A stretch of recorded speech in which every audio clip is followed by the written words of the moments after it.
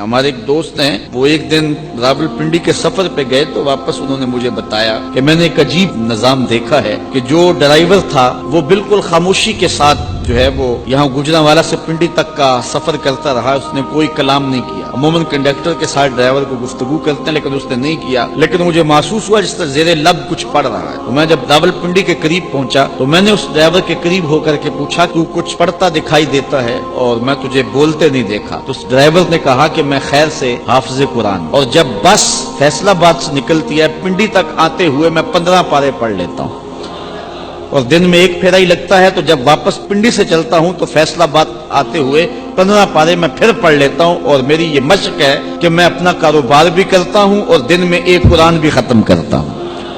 اب کاروبار بھی نہیں رکا اور سرمایہ بھی مل گیا، اور اتنا بڑا سرمایہ، اتنی بڑی سعادت کہ ہر حرف کے بدلے 10 نیکیاں، اور وہ روزانہ ایک قرآن مجید کی تلاوت کر رہا ہے۔ تو انسان اگر چاہے تو اپنے وقت کو اس انداز سے لگا دے اور صرف کرے، یقین جانے کہ اس کی زندگی پہ رشک آتا ہے کہ یہ بڑے بڑے علماء کو نصیب نہیں ہے جو اس کو نصیب ہو گیا، اس نے وقت کی قدر سیکھ لی۔ تو جن لوگوں نے وقت کو کام پہ لگا دیا تو ان کا وقت جو ہے وہ انہیں ضرور فائدہ دیتا ہے، اور اس کے بدلے کے اندر وہ بہت کچھ کما لیتے ہیں، کئی گنا سرمایہ جو ہے وہ اکٹھا آخرت کا کر رہے ہیں اس وقت کے بدلے۔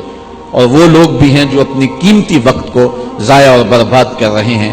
زندگی انتہائی مختصر دورانیہ ہے، اور ہمیں اس کی ایک ایک سانس کے بدلے کوئی اچھائی ساتھ جوڑ دینی چاہیے۔ ہم اپنا بہت سارا وقت ضائع کر دیتے ہیں۔ بعض اوقات ہم دین کی بات کریں تو کہتے ہیں جی وقت ہی نہیں ہے۔ آج کل قرآن مجید کی تلاوت کا اگر مزاج ہم دیکھنا چاہیں تو کسی زمانے میں لوگوں کے پاس حالات ایسے تھے کہ ہر نماز کے بعد مسجد میں لوگ قرآن مجید کھول کے بیٹھ جایا کرتے تھے۔ حضرت امام اعظم امام ابو حنیفہ علیہ رحمہ، آپ ماہ سیام میں 63 قرآن مجید ختم کیا کرتے تھے۔ 30 دن میں 63 قرآن مجید، ایک دن کو قرآن مجید پڑھتے، ایک رات کو پڑھتے، مہینے میں 3 قرآن مجید تراویح میں ختم کرتے۔ تو اس طرح ایک مہینے میں 63 مرتبہ قرآن مجید کی تلاوت کیا کرتے۔ آج ہم دیکھیں کہ ہمارا ایک قرآن مجید بھی ختم نہیں ہو رہا ہے، تو پھر اس کا مطلب یہ ہے کہ ہم اپنا وقت ضائع کر رہے ہیں۔ اور آج مساجد بھی قرآن مجید کی تلاوت سے خالی ہوتی چلی جا رہی ہیں۔ ہر بندہ کہتا ہے جی بس کیا کریں، وقت ہی تو نہیں ہے۔ اچھا، اخبار پڑھنے کے لیے وقت موجود ہے، مختلف چینل دیکھنے کے لیے وقت موجود ہے، شادی بیاہ کی تقریبات پر جانے کے لیے ہمارے پاس وقت ہے، سیر سپاٹے کرنے کے لیے ہمارے پاس وقت ہے، گپ شپ کے لیے، سیاسی گفتگو کے لیے، اور کئی امور کے لیے ہمارے پاس وقت ہے۔ ہمارے پاس وقت نہیں ہے تو کتاب رحمت قرآن مجید کی تلاوت کے لیے اور دین کے کاموں کے لیے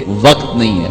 شادی بیاہ کی تقریبات میں جس طرح ہمارا وقت ضائع ہوتا ہے، ہمیں کبھی بھی اس ضائع ہونے والے وقت کا اتنا احساس نہیں ہوتا۔ وہاں بیٹھ کر کے ہم 3 گھنٹے بارات کا انتظار کرتے رہتے ہیں۔ ہمارے بزرگ ایک مرتبہ ایک شادی پہ تشریف لے گئے، بارات لیٹ تھی تو فرمانے لگے کہ اگر مجھے پتا ہوتا کہ بارات لیٹ ہے تو میں کوئی دینی کتاب لے آتا اور اس کا اتنی دیر مطالعہ کرتا رہتا، لیکن اب تو یہ بھی ممکن نہیں ہے۔ تو جو پاس بیٹھے تھے فرمانے لگے یا تو ہم بیٹھ کے اب اللہ کا ذکر کریں، یا پھر ایسا ہے کہ تم مجھ سے مسائل دینیاں پوچھو اور میں اس کا جواب دوں، تمہارا وقت جو ہے اس کا بھی مصرف ٹھیک ہو جائے اور میرا جو وقت ہے اس کا بھی مصرف ٹھیک ہو جائے۔ تو لوگوں نے مسائل پوچھنے شروع کر دیے، انہوں نے جواب دینا شروع کر دیا، تاکہ جو وقت ہے اس کا مصرف ٹھیک ہو۔ علم سیکھنے سکھانے کے اندر جو 3 گھنٹے یا 2 گھنٹے جو ہے وہ ہمارے لگ جائیں، اور ہم وہ 2-3 گھنٹے بار بار کبھی لوگوں کو کوستے ہیں، کبھی اہل خانہ کو کوستے ہیں، کبھی کسی طرح، کبھی سیاسی گفتگو چھیڑ کے بیٹھ کے، کبھی کسی عنوان سے گفتگو چھیڑ کے بیٹھ گئے اور اپنا قیمتی وقت ضائع کرتے ہیں۔ حضور علیہ السلام نے ارشاد فرمایا کسی شخص کے اسلام کا حسن یہ ہے کہ وہ ہر بے مقصد کام کو چھوڑ دے۔